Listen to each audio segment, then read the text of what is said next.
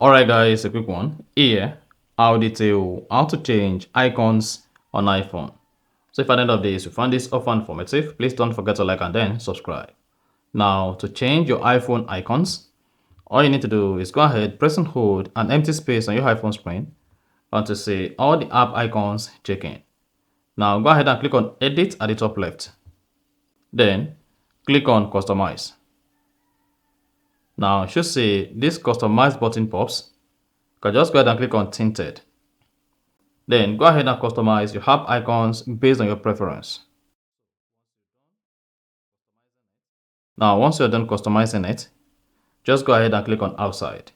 If you want to choose light, select light.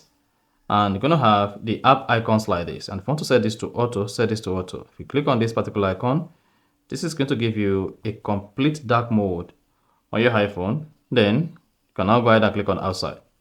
Then you should see your app icon customized like this. And then you're good. So if you found this offer informative, please don't forget to like and then subscribe.